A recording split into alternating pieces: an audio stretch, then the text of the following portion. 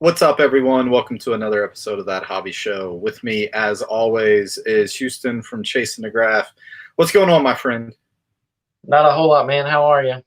Living a dream. We're getting another storm here in Arizona, so it's kind of weird. Yeah. Kind of weird saying it, but I'm tired of the rain in the desert. So uh, it's been wreaking havoc with the bugs. Like Arizona, I'm not used to having any bugs, and they're going insane. I got bug bites all over the place.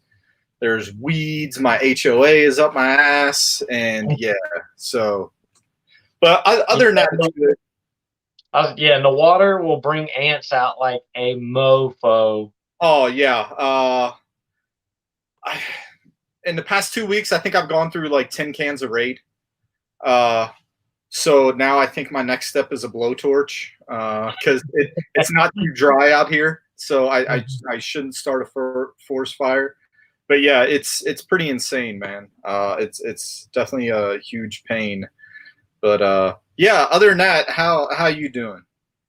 I'm good, man. We're kind of on the opposite end of that spectrum. We Our backyard is actually starting to get covered in leaves because it's just so dry and it's already, you know, pushing that fall time here. And because it's so dry, the leaves are starting to fall early. So I've been working 10 times harder cleaning the pool. Yeah, I can't wait for those 80-degree fall Arizona nights. Yeah, they're pretty nice. But Yeah. so kind of a sad day today. I seen earlier on the news one of your former guests, Ed Asner, passed away. If folks don't know, I believe he was on the Mary Tyler Moore Show for a long time. Mhm. He was the main character in Up. He was the old guy. If for people that don't know, he was Santa Claus in Elf, right? He sure was. Yep.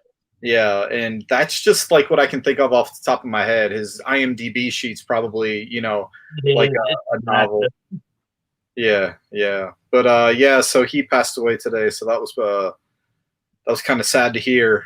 Especially I was seeing a lot of tweets that he was actually on a lot of people's podcasts and Mhm. shows and helped people out. So that's pretty cool that he may not be a household name to maybe younger kids or collectors, but definitely like our parents' generation. Mary Tyler Moore. I think that was probably the number one show in the country for a long time. So he was a big deal, and that's pretty cool to see somebody from with his stature and notoriety that would be willing to just help people out and come on their shows. That's what I've said a couple of times today. Is he's definitely not like the people you see on TV today. The people you see on TV today, you have to go through hoops on fire. You have to try to get a bill passed through Congress, the House, the Senate, and all that just to try to get an interview with him. Yeah, And I reached out to his Facebook page, which kind of surprisingly, when I reached out to it, only had like 6,200 followers. Which when I clicked on it, I saw the hyperlink and I clicked on the name. I was expecting like several hundred thousand. I sent a message there. His manager sent me a message back and said, just send me a bunch of dates that work for you. We'll pick something out. And then we settled on a date and time, and freaking Ed Asner called me at that time, and it was an insane experience. And the Mary Tyler Moore Show was kind of before ish my time, but knew what it yeah, was, knew how many seasons it ran, and I can't remember exactly how many it ran, but I knew that it was like one of the longest running shows for its time, and they had won so many awards for that show. So, and for him to voice, I want to say Carl Fredrickson in Up is what it was, and then to play Santa and Elf with Will Ferrell, it was pretty surreal having, or pretty insane experience having Ed Asner call your phone. yeah, right. Yeah. So today's episode, I can't take credit for this having this epiphany for hey, let's call it cardboard therapy. Ken from Twitter at Beans Ballcard Blog. The other day, I seen him make a post that he was kind of down, and then just having somebody to talk about cards and open up cards with like lifted his spirits, and it was kind of like a light bulb went off that I don't think people realize just the happiness that opening a pack of cards can bring, and that's part of it is why people are losing their mind and so pissed off that they can't find any retail, because you know how some people say they're going to go get some retail therapy and go shopping. Well, for most of the collecting world, that's kind of our retail therapy is cardboard, going out and finding that. And a lot of times, you can kind of get stuck in a rut or be in a bad place with your collection when you're on, mainly Twitter. I'm not in a lot of collecting groups on Facebook because that shit's the Wild West, and I don't have time to deal with that. And but you see, the carts full of stuff and people buying things that you can't afford. I've seen people were comparing some of these new hobby boxes, the prices for them.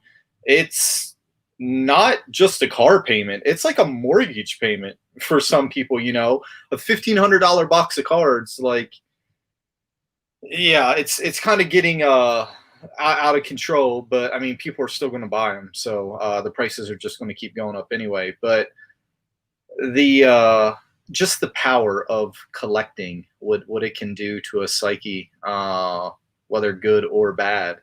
But I wanted to talk about the good because I think sometimes we talk a lot about the bad because it's easier. And I don't know, talking bad sometimes makes you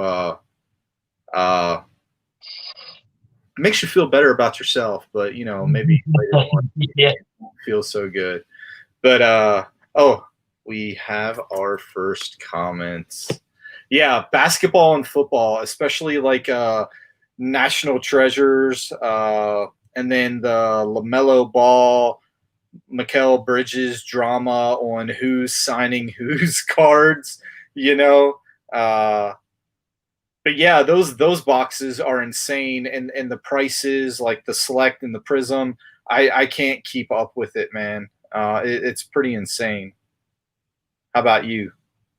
Yeah, I can't either. I was never big into hobby boxes anyway, just because, as anyone who's been in the hobby for more than 2 days knows, that whether you're opening a hobby box, a blaster, hanger, cello, value pack, it's all a gamble.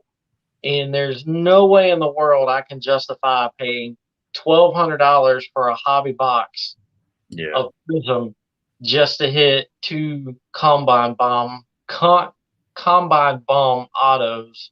yeah. And it's the same way with retail now. It's like I love Topps Chrome, by far my favorite product, and I'll rip as much as I can get my hands on in the past, but I can't see paying $30 for a blaster. I just Yeah. can't. So you actually like Chrome? Yeah, I do. It's just I like the feel of the card. I like the look of the card, and it's more of a texture thing to me. Just like when I eat, the texture is more important than the taste. Yeah.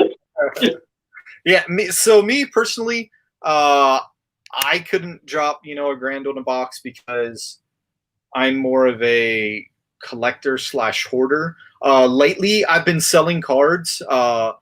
Nothing crazy. It's been incredibly hard to list them. I definitely know what those people are going through on hoarders when they have their newspaper from 1984 that they don't want to get rid of. There's just some thing that I don't want to get rid of it. It's not because of the value or anything. It's just Right. because I want it. But uh, man, I have felt really good being able to get rid of stuff, and then I've been able to, like, I'm going to sound like an adult. I've started putting it towards bills, and just paying more on bills. That's kind of fun. you know, and but I'm trying to make the hobby self-sustaining because I haven't done that for a long time. But yeah, so Michael makes a good point. But yeah, and that's the thing. I remember pulling these cards, most of them for the most part, because if it's a decent card, you that gets stored in your memory bank. And when I look at my binders of autographs, if my parents didn't get the card signed and I'm the one that got the card signed, I know where I got the card signed. I could, damn near tell you what stadium. I can't tell you the date, but yeah, I know the stadium and who was playing, because it's almost like looking at a photo album for me. Well, I mean, Yeah. if you break it down, it is a photo album, honestly. Cardboard Yeah. pictures, and so yeah, and that's crazy therapeutic for me. Is so usually once a week, I've been doing a lot of TTM, or I'll participate in a stack sale and buy autographs and stuff. And like once a week, I'll go through the binders and put the cards in the sleeves, and you're looking at it and like, oh, I remember that guy was a dick. He was cool. I wonder what happened to this guy. And it is really therapeutic, and it's nice and calming. Sometimes, Yeah.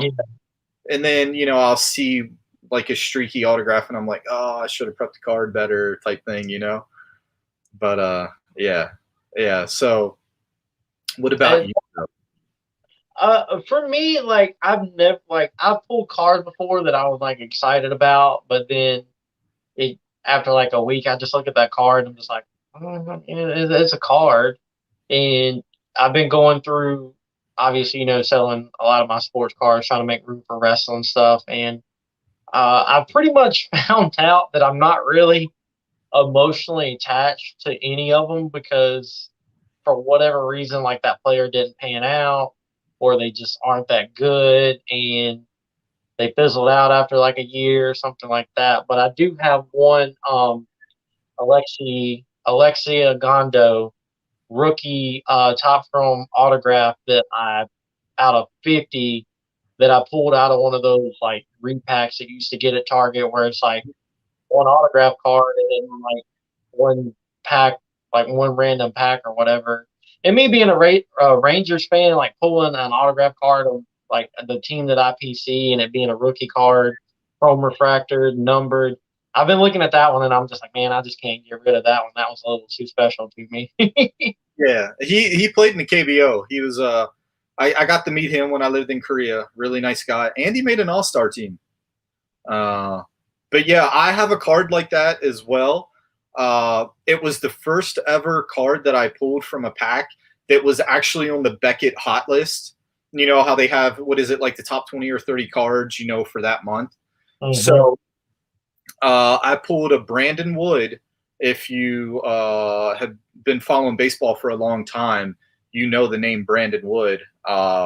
Dude hit like 40 homers in A-ball, and then he went to the Arizona Fall League that year, and then hit like 15 more. Just had a monster year in the California League and everything. But so I pulled a gold refractor autograph of his, and at the time it was like a $500 card. Now it's probably like maybe a $5 card, and that's because it's a gold refractor. Yeah. But that I've entertained selling it, but I don't think I can. It's just too sentimental, because and that's the cool thing with kind of like the whole cardboard therapy thing is you see these things on people's timeline and you're like, wow, I didn't even know those cards existed. Those are awesome. They're not worth anything, but I want them. Like, I forget what it is. I want to say they're Pinnacle or something. They're UC3 cards. So they're kind of 3D, but they're lenticular. They're not like sports flicks where, you move it and you have 4 or 5 pictures, but you move it and the players coming at you. those things are awesome. I want to get them and start doing TTM, and yeah. But we have Mike has another comment though. Never got an in-person autograph. Hopefully a white dude who can speak Japanese. So you're probably gonna Yoshi. Yoshi is on a tear. He hit another home run, a walk-off bomb today for the Pirates, a 3-run blast against the Cardinals. And if you have a chance, listen to the Cardinals broadcast of the walk-off. Those dudes just sound so depressed. And yeah, it's awesome to see somebody like Yoshi flourishing.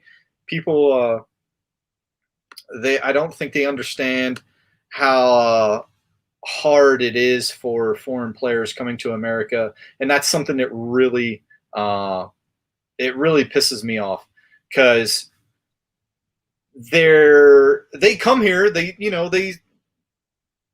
get signed for a few $1,000,000, not crazy expensive, but it's a decent amount, and people expect them to perform right away, but they expect them to perform when it's getting 4 or 5 at bats a week. You can't do that for a foreign player, especially when they're coming from Japan or Korea or something like that. They're learning a new league. They're living in a foreign country. They're new food, new language, everything. Complete culture shock. Yeah, and they expect them to just perform out of the gate. But now that he's getting regular at bats with the Pirates, it's awesome. So yeah, hopefully, Mike, you can get his autograph. When I got him in Texas a couple weeks ago, he signed every day. He was super nice. I butchered my Japanese, but him and his interpreter were extremely impressed, and it brought a smile to their face. So yeah, it is pretty cool. But so Ken did he is watching. He has this one in the background, so that's good. But yeah, organizing is definitely therapeutic for me too, and I'm amazed at the stuff that I find. I'm like, I forgot I totally had this card, because for me, since I like to get in-person autographs, I'm going through my boxes maybe during baseball season, maybe once a week, especially during college baseball season, because we have the University of Arizona here. And with them playing in the Pac-12, being a pretty good college program, so their non-conference schedule is usually bigger name colleges, and they'll have former minor league and major league players as coaches. So yeah, I'm going through my boxes a lot. Yeah. So yeah, that's one thing that I have never been good at sorting. I have a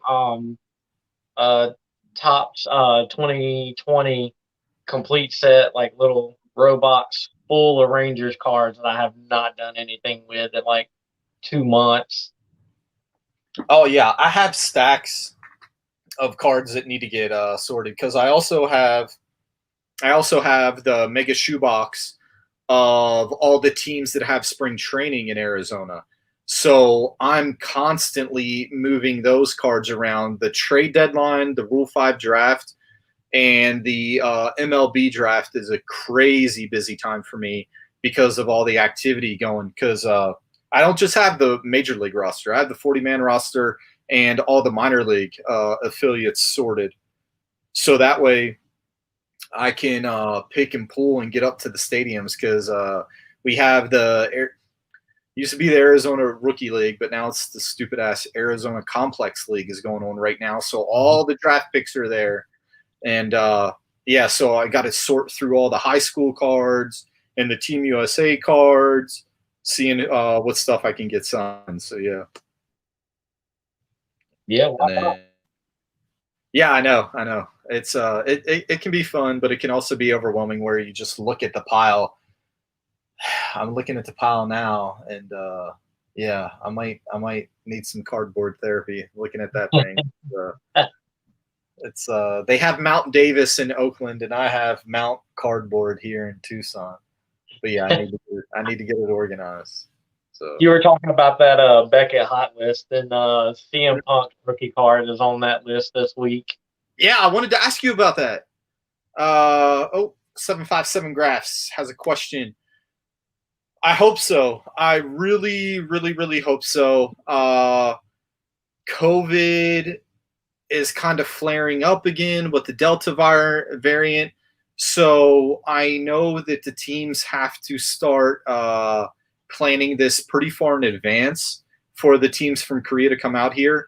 Uh, I know before COVID kicked off, what was last year, 2020, there was supposed to be 4 teams coming to Arizona. And now I don't know what's going to happen because we also used to have the Hokkaido Nippon Ham Fighters come out to Arizona. That's not happening anymore. They built a training facility in Okinawa, and I know a lot of the Korean teams have been going to Okinawa. So I don't know. I hope so because in 2019 we had the SK Wyverns. They did a split spring training. The first couple of weeks they were in Florida, then they came out to Arizona and they were sharing the complex with KT Wiz. And then up in Mesa was the Hanwha Eagles, which was awesome because they their spring training wasn't at a minor league facility; it was at a community park. So, dude, it was awesome. The baseball fields here in Arizona are legit. Like the community, uh, it's like a little spring training complex, honestly. So they had, I think, 5 fields to themselves, just up in a random part of Mesa, Arizona, and it was awesome. No security, nothing. Got tons of autographs, and then we had somebody else. I can't. Oh, the NC Dinos. They're always out here in Tucson. So fingers crossed they come back because last year during COVID, they all had spring training in Korea.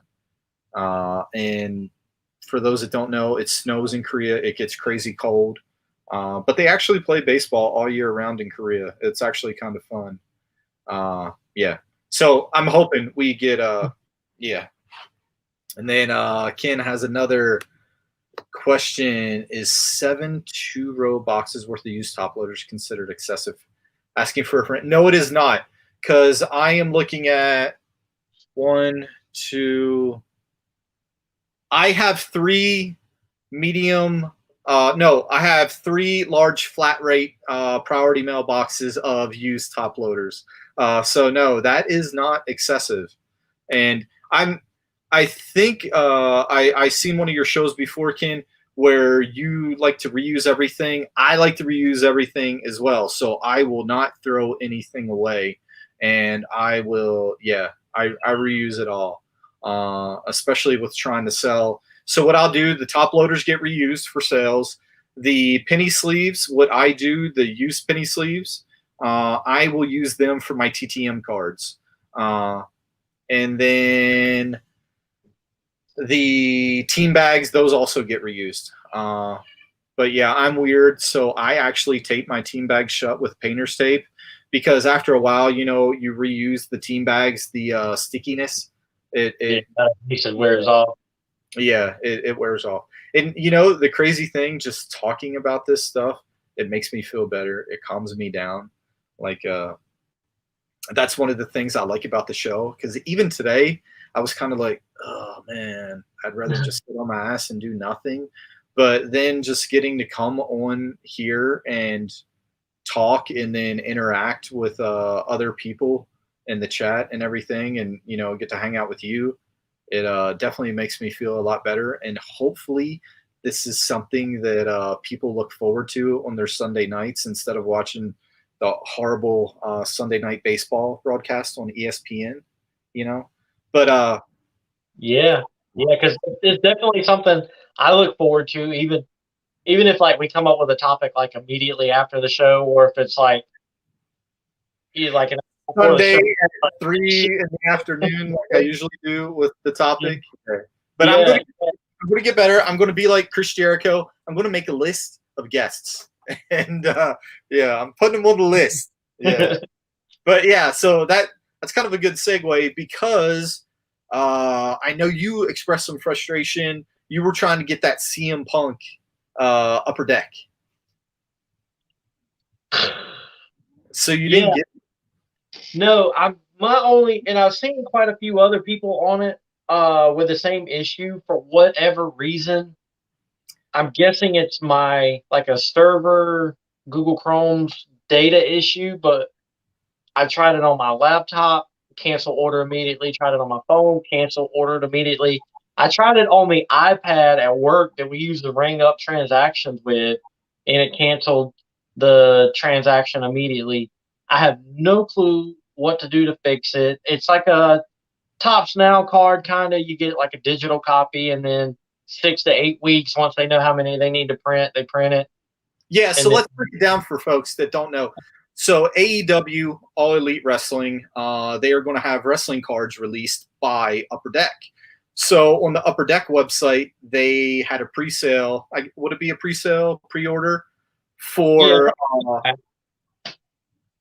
for? So card number 0 is CM Punk, and you could log on to try and get one. Mike has.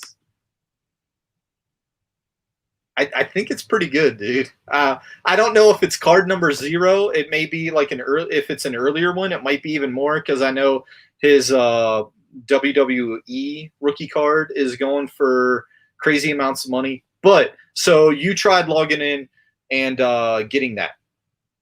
yeah, and basically what happens is you obviously you get the digital card right away automatically. You open the pack online, however you open a pack online, and then you get your e-card, and then once they start printing them, it will give you the option to have it shipped to you in how many ever weeks, and then you just click that. You should have it shipped to you, and then that's when you get your actual physical card in hand, and they do plan on doing a set of these, and it's basically kind of like an electronic version of the Tops Now cards there. And that's why I'm not too stressed about it. Obviously, I wanted to get it on the initial jump and just be part of it. But in the first like 7 hours from what I read, there was over 2,000 orders placed. So it's not going to be a rare card. It's not going to be a scarcity one. And so I'm sure someone hit eBay for, they were $6.49 with tax on the website. So I'm sure some will hit eBay for like $10 with shipping or at plus shipping. So Yeah. I'll probably just pick one up on eBay because this is AEW debut card. So Yeah, I mean the ice cream wrappers were going for like I seen maybe like $50 people were yeah, paying for them.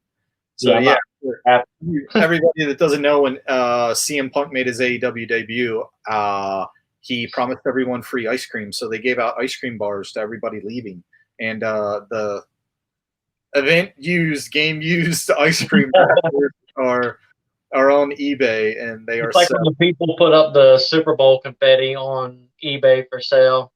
Yeah, I've seen some people on Twitter that do that too. Yep. I was looking when the Bucks won the Super Bowl. It was like 2 weeks later. 4 pieces of the Lombardi-shaped trophy confetti surfaced on eBay, and it was like $400. Buy it now or something like that. And I'm sure somebody probably accepted a best offer of like $40 or something. Dude, I'd sell them for. I'd put $5. I mean, if I could get $5 for a piece of paper, and then you can just put a regular stamp. Speaking of that, I hope everybody's seen my tweet about the stamp increase and loaded up on your stamps this weekend, because today the prices went up 58 cents for a stamp now.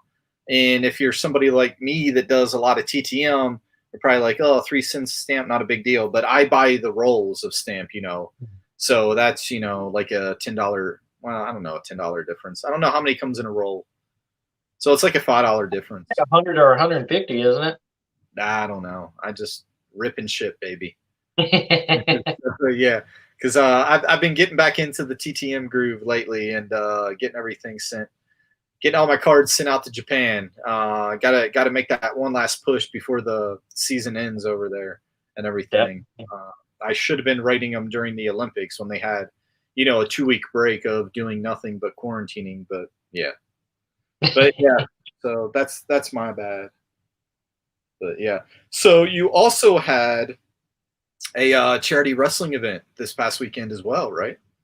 Yeah, it was last night. It was for a 6-year-old kid who was diagnosed with it's neuroblastoma, but there's another name in front of it because it's such a rare type of neuroblastoma. And so there's a promotion about an hour away called HCWA Heritage Championship Wrestling Alliance. And I've interviewed two people who actually wrestle for them and the ALW. And I got in touch with the promoter, through mutual friends and helped them promote it for a little bit. And we went there last night and had a damn good time. It was packed house. Every seat was full, standing room. Pretty much the money went to, um, I guess, like paying for concessions or like reimbursing the Mhm. what they spent on concessions, and then every bit of the rest of it went to Mason and his family. His dad's a police officer there in Roxborough, North Carolina. So you can imagine, it was a pretty big turnout. That's awesome. Good stuff. And then I also seen that one of your wrestling interviews kind of led to something good for a wrestler. Yeah, I'm still trying to figure out specifically what it is because it was during the event last night and it was super hard to hear because there were so many people there. But if I'm not mistaken, if I didn't misunderstand, which I'd like to clarify before I start putting stuff in stone. But I did an interview with Roxy the Broken Doll with her manager David Blackstone. She had shit out of me. It was horrifying. And um, he came up to me last night, and that's where him and Roxy wrestle out of is the HCWA, and they'll come to the ALW when they get booked every now and then. But he just gives me this big hug, and I mean, just squeezes me.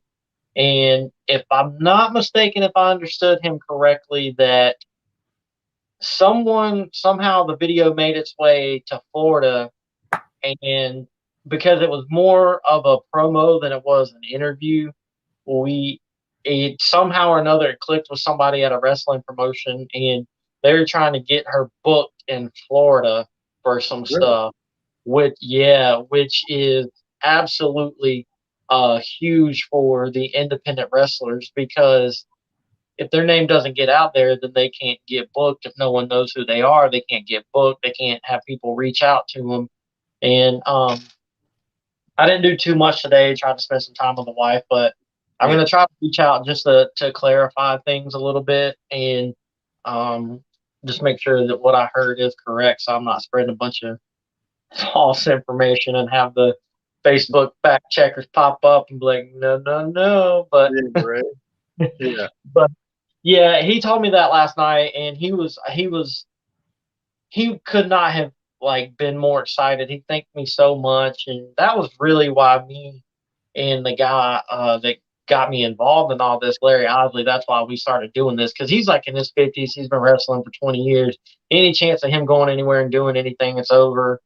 It's done with. He needs like 4 knee surgeries on like 8 different knees. He needs like elbow surgery. Yeah, so he's like, we got a lot of young talent around here, a lot of young guys that could really go somewhere and do some good things. And he's like, well, they can't get out there if nobody knows who they are. And so Yeah. Yeah. that's Yeah. where Nobody wants to book someone that nobody's heard of, you know? exactly, Yeah. Yeah. exactly. So what else do you have in the works? I know your interview with Kid Cash, he was a no show. Yeah. And that I've had such terrible, I mean, I say I have such terrible luck, but it's always like a crapshoot when you get somebody of like, or try to get somebody of notoriety because you don't know if they're going to show up, if they're not going to show up, if they're going to blow you off, if they're not going to blow you off, if they're, being genuine or if they're not being genuine. And a friend of mine had actually done an interview with him and told me to reach out to him. I did. We talked back and forth a little bit, agreed on a date and time, and then no show. Which I'm a grown ass man. Like, you're not gonna hurt my feelings. Just be like, nah, your shit sounds dumb as hell. I ain't doing that. I'm like, cool, that's what good to me. Like, now I'm Yeah. not gonna waste my time like posting about it and advertising about it and trying to get people in to view it and, sit there for 20 minutes just for you not to show up. Like, just tell me, like, nah, dude, your ideas are stupid, or Yeah. Yeah. But yeah, I remember him from ECW, so I was really looking forward to that. And then I seen your post, and I was like, And that's another thing about it. Like, these independent wrestlers, like, they're hungry. They'll do not do anything for some advertisement, but they need the advertisement. They need to be seen. They need to be noticed, and they can't really afford to have a blemish like that. And they're just hurting themselves by not putting themselves in front of an audience that doesn't know about them or hasn't heard of them.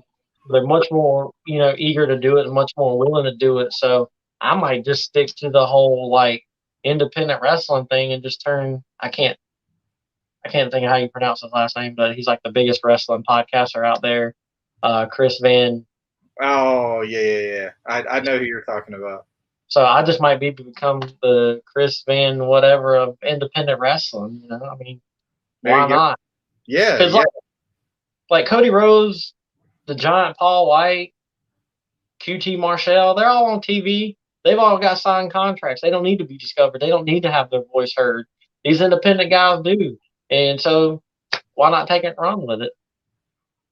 yeah. Right. Yeah, yeah. I mean, if anything, it gets their name out, and then it gives them practice with either cutting a promo or being interviewed by someone. So it's kind of a win-win. Absolutely, it does. And then they typically 99% of the time share the interview or post about it, and then that in turn gets me a follower or two here and there. And so it vibes. It's a win-win, and it just seems to make sense to me as opposed to trying to get people. Which is, I mean, I'll still try to get people to notoriety and everything, but maybe not as Yeah, pursue it as hard and yeah, waste time reaching out to people like that. yeah. I feel you. But yeah, anyway, I got nothing going on to promote. How about you? What do you have another interview coming up? No, I don't. Oh, actually, I do. I am interviewing my first female wrestler, Kat Spencer, from the Nightmare Factory, next Friday at 7 p.m. right here live via the There you stream. go.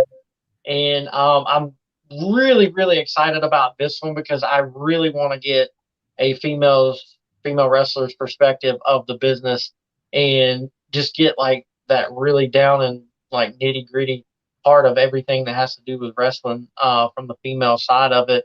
I think it'll be kind of eye opening to a lot of people. I think it'll be informative, but also, obviously I'm going to try to make it fun too.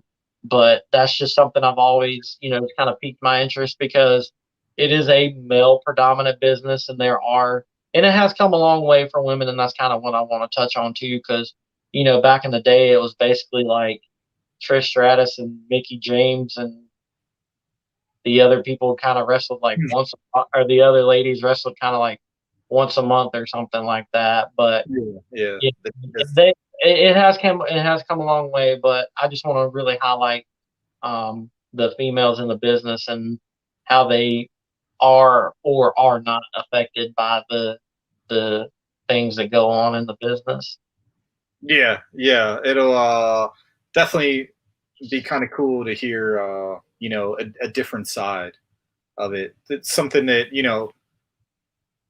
a majority of our viewers are, well, I think they're all male except maybe my mom and my daughter and girl.